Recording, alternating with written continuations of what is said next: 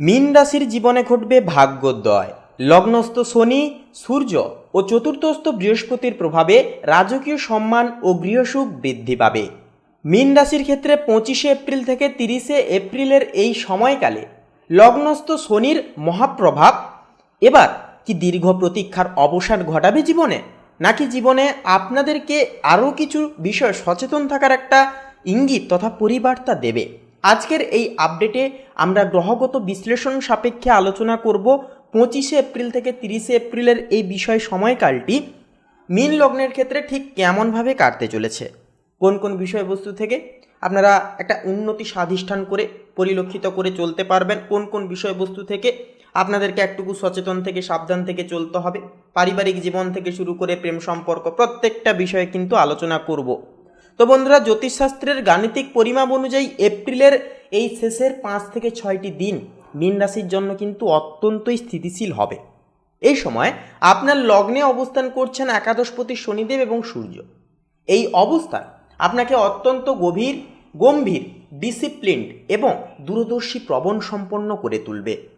আপনার দ্বিতীয় ঘরে অর্থাৎ ধনস্থানে আপনার রাশির অধিপতির মিত্র গ্রহ শুক্র অবস্থান করছেন, যা এই সময় সবচাইতে শক্তিশালী ধনযোগের বলয় কিন্তু একটা জীবনে আনতে চলেছে। চতুর্থ ঘরে দেবগুরু বৃহস্পতির অবস্থান আপনার পারিবারিক সুরক্ষাকে সুনিশ্চিত করছে এবং দ্বাদশ ঘরে বুধ, মঙ্গল এবং রাহুর উপস্থিতি বিদেশ সংক্রান্ত কাজে গতি ফিরিয়ে আনছে।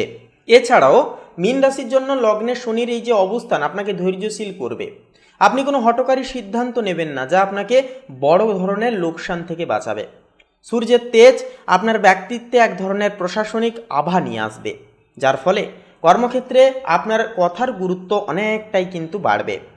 আপনার রাশির অধিপতি বৃহস্পতি চতুর্থ ঘরে অবস্থান করে আপনার লগ্ন, অষ্টম এবং দশম ঘরে শুভদৃষ্টি দিচ্ছেন। এটি আপনার পারিবারিক সুখ, পৈতৃক সম্পত্তি লাভ এবং ক্যারিয়ারে এক অদৃশ্য দৈব সুরক্ষা প্রদান করবে। দ্বাদস্থ মঙ্গল ও বুধের প্রভাবে দেখা যাচ্ছে যে এই যোগটি কিন্তু আপনাকে গবেষণামূলক কাজে বা বিদেশের সাথে যুক্ত ব্যবসায় অভাবনীয় সাফল্য এনে দেবে।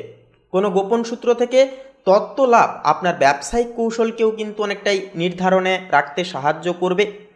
এরপরে শিক্ষার্থীদের জন্য বলবো, দেখুন শিক্ষার্থীদের জন্য এই 5টি দিন অত্যন্ত গভীর জ্ঞান অর্জনের সময় হবে। লগ্নস্থ শনি ও সূর্যের প্রভাবে যারা দর্শন, ইতিহাস, আইন বা সরকারি চাকরির প্রস্তুতি নিচ্ছেন, আপনাদের জন্য সময়টি শ্রেষ্ঠ বাঞ্ছক হবে। চতুর্থস্থ বৃহস্পতির প্রভাবে আপনার শেখার ক্ষমতা এবং মেধা সঠিক দিকে কিন্তু চালিত হবে সঠিক সময়। যারা উচ্চশিক্ষার জন্য বিদেশের কোনো নামী প্রতিষ্ঠানে আবেদন করতে চাইছেন, আপনাদের জন্য কিন্তু দ্বাদস্থ গ্রহপুঞ্জ শুভ সংকেত জীবনে কিন্তু এনে দিচ্ছে। তবে দ্বাদস্থ রাহুর প্রভাবে মাঝে মাঝে অনিদ্রা বা পড়াশোনার আলস্য কিন্তু একটা আসতে পারে, যা কঠোর রুটিন পালনের মাধ্যমে কিন্তু কাটিয়ে উঠতে হবে। পারিবারিক জীবনের ক্ষেত্রে মীন রাশির জাতক জাতিকাদের জন্য এই সময়টি অত্যন্তই সুখবর হবে। চতুর্থ ঘরে বৃহস্পতির অবস্থান বাড়িতে মাঙ্গলিক কোনো কাজের ইঙ্গিত একটা দেয়। মায়ের সাথেও কিন্তু সম্পর্কের একটা উন্নতি হবে, মেরামতি হবে। এছাড়াও একটা দেখা যাবে যে পৈতৃক কোনো বিবাদের মীমাংসা হয়ে উঠতে পারে। সামাজিক ক্ষেত্রে লগ্নস্থ সূর্যের প্রভাবে আপনার সম্মান বৃদ্ধি পাবে। কোনো সামাজিক দায়িত্ব বা নেতৃত্ব দেওয়ার সুযোগ আপনার সামনে একান্তই আসতে পারে। লগ্নস্থ শনি আপনাকে সামাজিক কাজে অনেক বেশি বাস্তববাদী এবং মিতব্যয়ী করতে বা করে তুলতে সাহায্য করবে।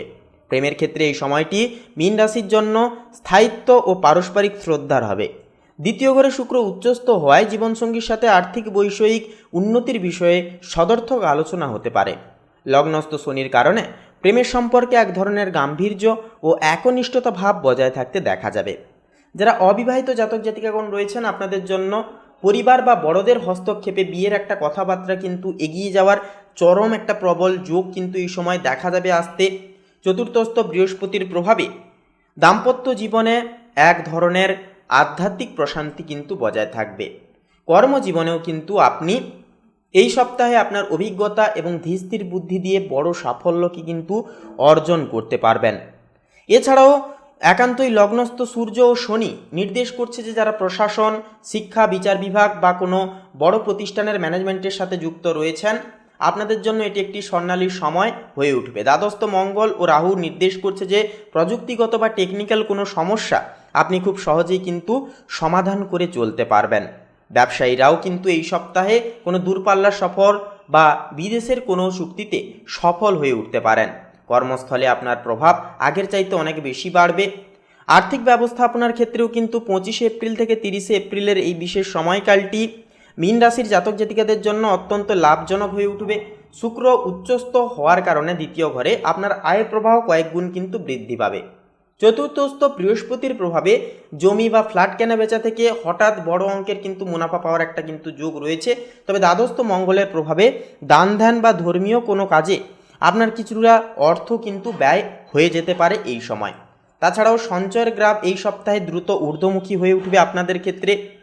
শারীরিক স্বাস্থ্যের ক্ষেত্রে এবারে কথা বলতে গেলে দেখুন, এই সময় কিন্তু দেখা যাচ্ছে যে বিষয়টি আপনার চোখ এবং পায়ের পাতার প্রতি বিশেষ নজর দিয়ে কিন্তু চলতে হবে।